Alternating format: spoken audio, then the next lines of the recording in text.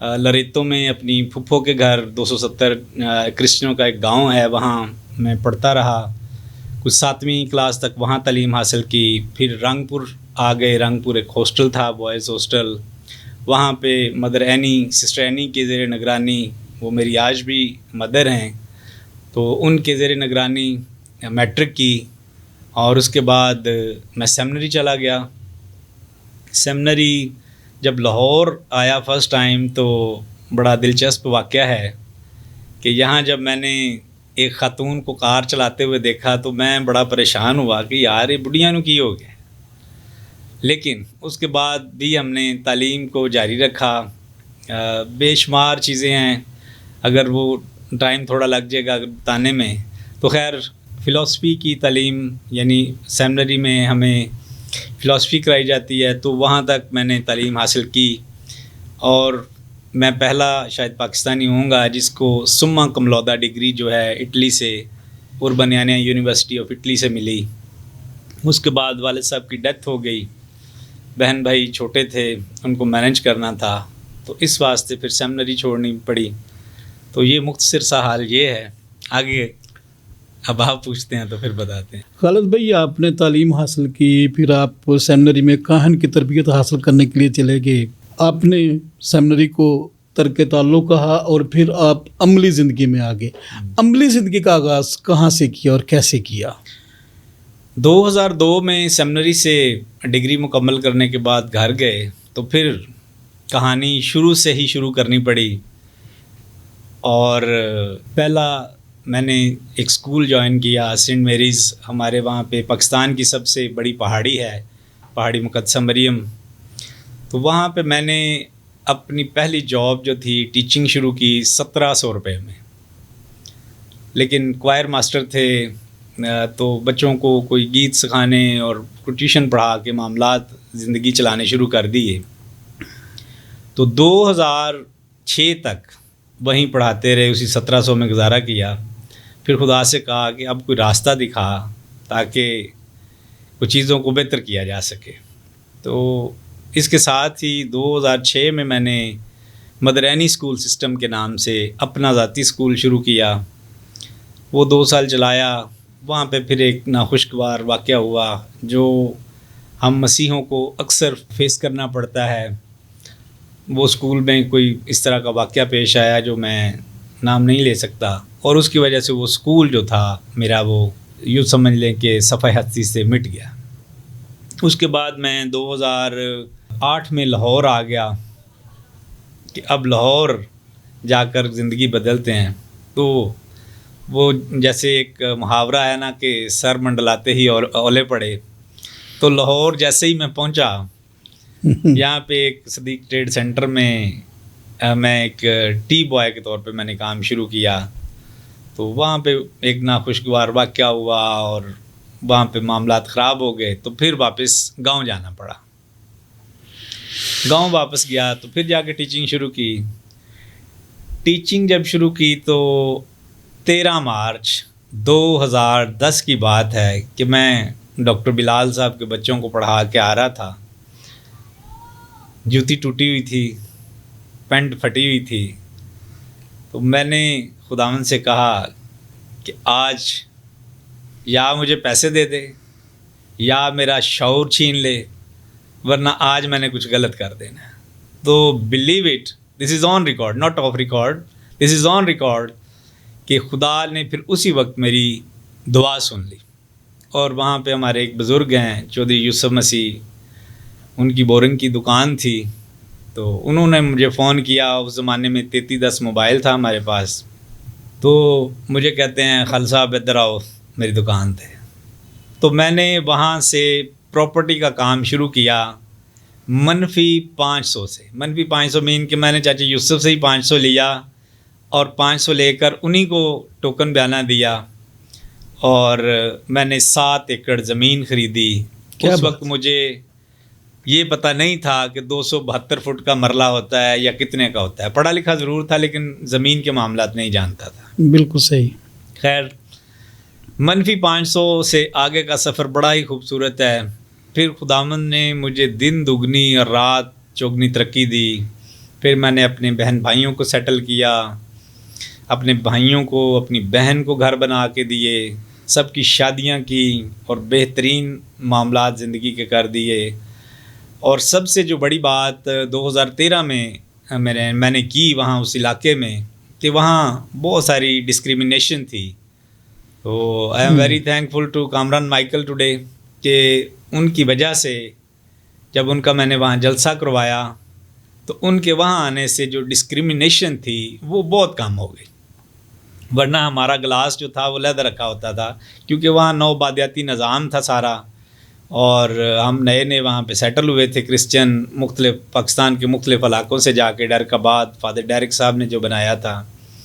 تو خیر اس کے بعد زندگی خوبصورت ہوتی گئی۔ پھر 2015 میں نے ممبر ضلع کونسل کا الیکشن لڑا مسلم لیگ نون سے، تو خدا نے اس میں بھی ہمیں فتح دی، اور پھر پہچان بنتی گئی، اور پھر 2012 کے اینڈ میں نے اپنی شادی بھی کر لی، اور خاتون اول چونکہ لاہور سے تھیں، تو پھر 2018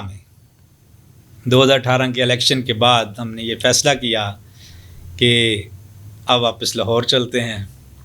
تو پھر جب لاہور واپس آئے تو پھر آپ جیسے مہربان ملتے گئے، اور آج وہ وقت آیا ہے کہ سیاست پیچھے ہے، فیملی پیچھے ہے، گھر پیچھے ہے، لیکن یہاں سے جانے کو دل نہیں کرتا۔ آمین۔ اب شکر ہے خدا کا، یہاں بھی بڑے سارے معاملات چھیڑے ہوئے ہیں، تو خدا بہتر کرے گا سارے معاملات آپ کی مدد سے، آمین، ٹی ٹی این کی مدد سے۔ میں جھکا نہیں، میں بکا نہیں، کہیں چھپ چھپا کے کھڑا نہیں، میں جھکا نہیں، میں بکا نہیں، کہیں چھپ چھپا کے کھڑا نہیں، جو ڈٹے ہوئے ہیں محاذ پر مجھے ان صفوں میں تلاش کر۔ واہ جی واہ، کیا بات، کیا بات۔ ناظرین، یہ جو کشت ہے اور یہ جو دشت پرخار ہے، اس کا سفر یقیناً بہت کٹھن، اور وہ لوگ جو منازل طے کر کے ہوتے ہیں اور راستے کی ساری سختیاں، کٹھنائیاں، تلخیاں طے کر کے آئے ہوتے ہیں، انہیں ہی کامیابی کا اصل سواد، لطف یا مزہ آتا ہے۔ خالد بھائی، آپ کی اس دلچسپ جو ذاتی گفتگو ہے اس سے مجھے یہ اندازہ لگانا قطعاً مشکل نہیں کہ آپ نے ایک لمبی، تلخ اور بے شک کٹھنائیوں سے بھرپور مسافت جو طے کی ہے، اور آج خدا کا شکر ہے کہ خدا نے آپ کو وہ سارے خواب جو ایک عام شخص اپنی زندگی میں دیکھتا ہے، آج آپ نے وہ سارے خواب اپنی زندگی میں پایہ تکمیل تک پہنچائے، آپ کے وہ سارے خواب تعبیر ہوئے، اور آج خدا نے آپ کو ایک خوبصورت خاندان دیا، ایک خوبصورت منزل دی، اور آپ مزید کامیابیوں کی طرف رواں دواں ہیں۔ اس بات کے لیے میں آپ کو مبارکباد بھی پیش کرتا ہوں۔ خالد بھائی، ایک زندگی کا لطیف حصہ آپ کا جو ہے میوزک کے ساتھ منسلک ہے، بے شک۔ اس بارے میں کچھ ہمارے ناظرین کے ساتھ شیئر کریں۔ جی، یہ بھی بڑا جد و جہد والا کام تھا۔ جب سیمنری میں ہم تھے تو مجھے جنون تھا طبلہ سیکھنے کا، ہارمونیم سیکھنے کا۔ تو جب دوپہر کو سیمنری میں سیاسٹا ہم اس کو بولتے ہیں، ریسٹ ٹائم، تو میں اس ریسٹ ٹائم میں طبلہ سیکھتا تھا۔ تو میں نے ہمارے سری لنکن فادرز تھے، OMI اوبلیٹس آف میری امیکولیٹ کے، تو وہ بڑا پیار کرتے تھے۔ تو جیلس تو ہر جگہ ہوتی ہے، تو کچھ لڑکے شہر سے تھے، وہ مجھ سے بڑے بھی تھے۔ جب میں نے طبلہ 10-15 دن میں امپروو کر لیا تو انہوں نے شکایت لگا دی کہ فادر صاحب یہ خالد ہمیں سونے نہیں دیتا۔ تو فادر جی کہتے یار دوپہر کو آپ نہ بجایا کرو، آپ جب شام کو ریئیکشن ٹائم ہوتا ہے اس وقت کا پلے کر لیا کریں۔ تو میں نے کہا کہ نہیں، دس از چیلنج فار می، اور میں نے یہ سیکھنا ہے، اور اس مہینے کے اینڈ میں نے پاک ماس میں طبلہ بجانا ہے۔ تو وہ چیلنج میں نے قبول کیا، اور میں نے 2 پتھر لیے۔